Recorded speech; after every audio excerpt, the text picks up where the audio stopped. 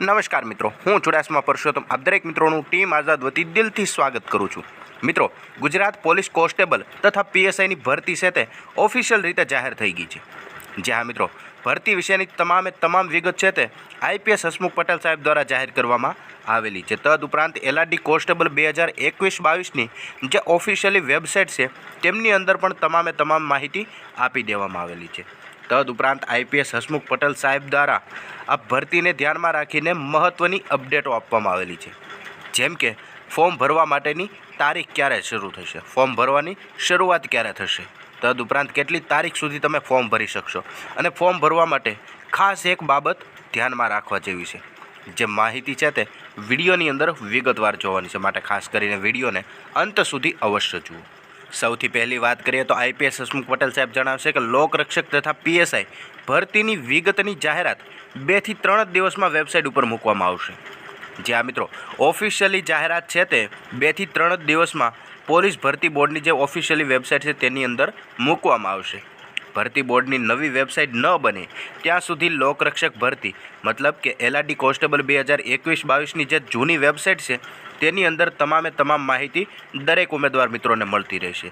જ્યાં સુધી નવી વેબસાઇટ ન બને ત્યાં સુધીની માહિતી. તેનાથી આગળ જણાવે છે કે લોકરક્ષક તથા પીએસઆઈ ભરતીની અરજી સ્વીકારવાનો સમયગાળો 4 એપ્રિલથી લઈને 30 એપ્રિલ સુધીનો રહેશે. જ્યાં મિત્રો ગુજરાત પોલીસ કોન્સ્ટેબલ ભરતીની વાત કરીએ તો ભરતીનું ઓફિશિયલી નોટિફિકેશન પણ આવી ગયું, અને ફોર્મ ભરવા માટેની ઓનલાઈન અરજી કરવા માટેનો સમયગાળો છે તે 4 એપ્રિલથી લઈને 30 એપ્રિલ 24 દિવસ સુધી આપવાનો રહેશે. શૈક્ષણિક લાયકાત સહિતના પ્રમાણપત્રો અરજી સ્વીકારવાની છેલ્લી તારીખ સુધીના હોવા જોઈએ. જ્યાં મિત્રો વાત કરીએ તો શૈક્ષણિક લાયકાત તથા જે અન્ય પ્રમાણપત્રો જેમ કે કાસ્ટના પ્રમાણપત્રો, જાતિ પ્રમાણપત્રો, ક્રિમી લેયર, આ તમામ પ્રમાણપત્રો છે તે 30 એપ્રિલ સુધીના જ હોવા જોઈએ. તે પછીના હશે તો હાલશે નહીં. અને ફોર્મ ભરવાની શરૂઆત 4 એપ્રિલથી લઈને 30 એપ્રિલ એમ 26 દિવસ સુધીનો આપવામાં આવશે. તદુપરાંત જણાવે છે કે ઉમેદવારોએ અરજીમાં 12મા ધોરણની માર્કશીટ મુજબ જ નામ લખવાનું રહેશે. જે હા મિત્રો મતલબ કે આ ભરતી છે તે શૈક્ષણિક લાયકાત 12 પાસ ઉપરની જ છે. અને વાત કરીએ તો દરેક ઉમેદવાર મિત્રએ પોતાની 12મા ધોરણની માર્કશીટની અંદર જે રીતે પોતાનું નામ લખેલું હોય તે જ રીતે ફોર્મ ભરતી વખતે લખવાનું રહેશે. માર્કશીટ પણ અપલોડ કરવાની હોય છે. ઉમેદવારો માર્કશીટ તૈયાર રાખે. જી હા મિત્રો, પોતાની માર્કશીટ અવશ્ય ગોતી લે અને તૈયાર રાખે, કારણ કે માર્કશીટ પણ અપલોડ કરવાની છે. આવું કરવા પાછળનું કારણ એક જ છે કે ડુપ્લિકેટ અરજીઓ ન આવે. કારણ કે એક ઉમેદવાર મિત્ર પાસે માત્ર એક જ 12મા ધોરણની માર્કશીટ હશે. તેથી કરીને ડુપ્લિકેટ અરજીઓ ન આવે તેમને ધ્યાનમાં રાખીને આવો નિર્ણય લેવામાં આવેલો છે કે ઉમેદવારોએ અરજીમાં 12મા ધોરણની માર્કશીટ મુજબ જ પોતાનું નામ લખવું. તદુપરાંત આગળ જણાવે છે કે ઓફિશિયલી જાહેરાત છે તે આજે થઈ ગઈ. મતલબ કે 12 તારીખના રોજ ઓફિશિયલી જાહેરાત થઈ ગઈ, તો ઓફિશિયલી જાહેરાત બાદ લગભગ 2 થી 3 દિવસની અંદર ફોર્મ ભરાવાની શરૂઆત થઈ જતી હોય છે. પરંતુ અહીંયા તમે જોઈ શકો છો 12 તારીખે ઓફિશિયલી જાહેરાત થઈ, પણ હવે 4 એપ્રિલે ફોર્મ ભરાવાની શરૂઆત થશે. આની પાછળનું કારણ શું છે?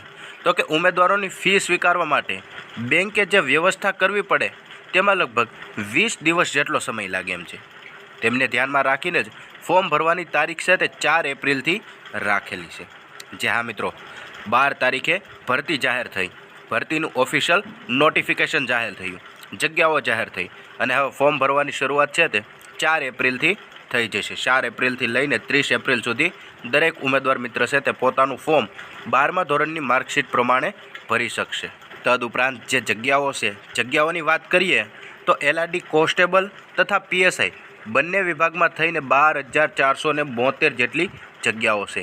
એટલે કે પીએસઆઈની અંદર કુલ 472 જેટલી જગ્યાઓ છે, અને એલઆરડી કોન્સ્ટેબલની વાત કરીએ તો એલઆરડી કોન્સ્ટેબલની અંદર કુલ 12,000 જેટલી જગ્યાઓ છે. બંને વિભાગ થઈને કુલ 12,472 જેટલી જગ્યાઓ માટે ઓનલાઈન અરજીઓ 4 તારીખથી મંગાવવામાં આવશે. જગ્યાઓ વિગતવાર જોઈએ તો બિન હથિયારી પોલીસ સબ ઇન્સ્પેક્ટર પીએસઆઈ પુરુષ વિભાગની અંદર 316 જગ્યાઓ છે, અને પીએસઆઈ મહિલા વિભાગની અંદર 156 જગ્યાઓ છે.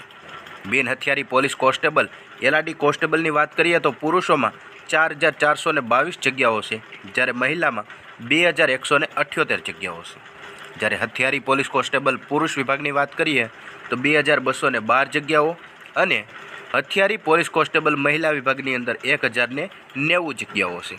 જ્યારે SRPFની અંદર 1000 જેટલી જગ્યાઓ છે અને જેલ સિપાહીમાં 1013 તથા જેલ સિપાહી મહિલા વિભાગની અંદર કુલ 85 જગ્યાઓ છે. આવી રીતે તમામ થઈને 12472 જેટલી જગ્યાઓ માટે ઓનલાઈન અરજીઓ મંગાવવામાં આવશે. જી હા મિત્રો, 2024ની ગુજરાત ભરતી 12472 જેટલી જગ્યાઓ ભરવા માટે થશે.